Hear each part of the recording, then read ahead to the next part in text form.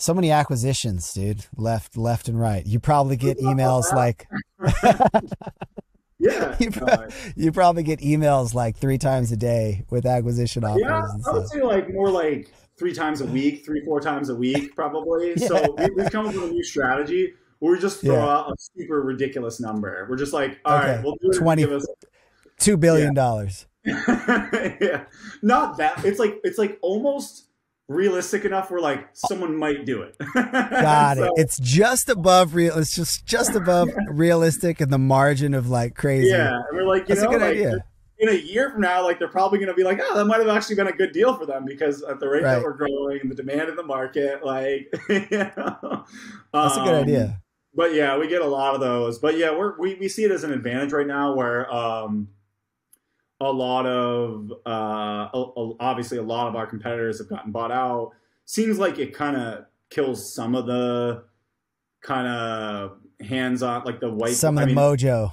yeah, I think especially for like the smaller mid-market clients, like Yeah. when you get bought up into like a big giant, holding company, like they only care, like they might pretend that they care about the small mid-sized business, but their business, they have so many people, they have to get the big, like they need the Yeah. multi-million dollar contracts to just like feed the Yeah. beast, Yeah. like, Yeah. so that's kind of an advantage for us because we're really focused on the mid-market because we're like, our pitch is like, hey, look, we can do what the big guys can do.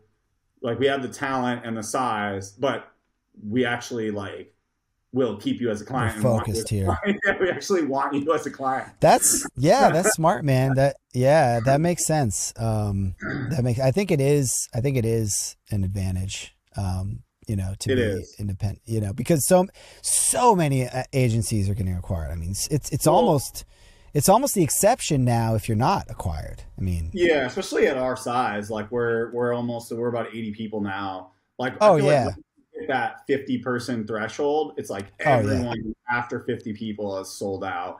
And I think the totally, reason for totally. that is services are tough, which here's my going back to why you need to invest in agencies. I'm going to try and figure out how to say this in like a succinct way because it's like that roundabout story that I like it. I like it.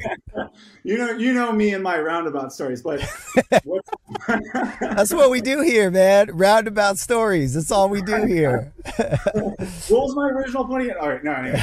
So, I think agencies get squeezed, right? Because it's so saturated. Anyone can start an agency. It's so competitive, and the founders get burnt out. And one thing that we've done really well, frankly, is just figure out how we have a fortunate.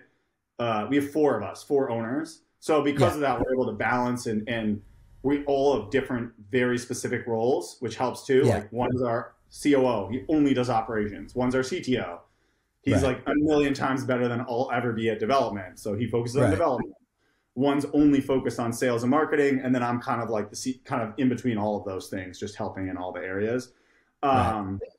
So that helps. But I think agencies get burnt out because clients just demand impossible things, right? Like they're just like, all right, it's October. I need a site up by like November 35th, or like, well, sorry, November 30th, end of the month. So, 35th.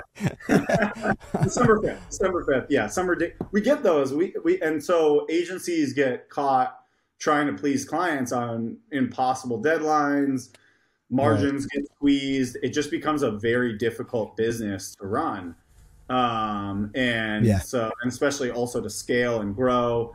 And you have scaling challenges, you have cash flow challenges that come with scaling, and you have to bootstrap. So I think most of these agencies just get sold out. And like you said, the quality kind of goes down. And that's why, my roundabout answer is that businesses should take the time and really partner with the right agencies because the cycle changes. The agency that maybe was good, that was 40 people, they get bought out. And then that same service you might not get. Yeah.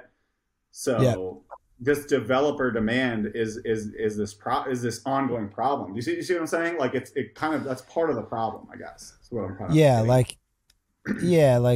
I definitely agree. The level of quality you get can change over time with an individual agency or even with an individual developer. I mean, Mhm. human beings, right? Like You you might get burnt change. out. Yeah. might get burnt out, want different things, and then dealing with an agency, maybe you're working with a different person, a different team, more junior team, more junior PM, blah blah blah blah. There's like a million things, or Exactly. like you're saying, you get acquired, and then there's different management. It's like Yeah. A lot of times with it's these acquisitions, a lot of people leave. A lot of people leave. I've noticed that. That's been it's been very good for our hiring. I'll be honest. yeah, 'Cause yeah, yeah. most of I our know what you hires mean. have been from people of the agencies that have been acquired in the last year. Yeah, yeah. I know what you're talking about. I understand. I'm not going to get any more detail than that, but Yeah, not you don't get too much more detail. No, I'm assuming it's helped your business a little bit too.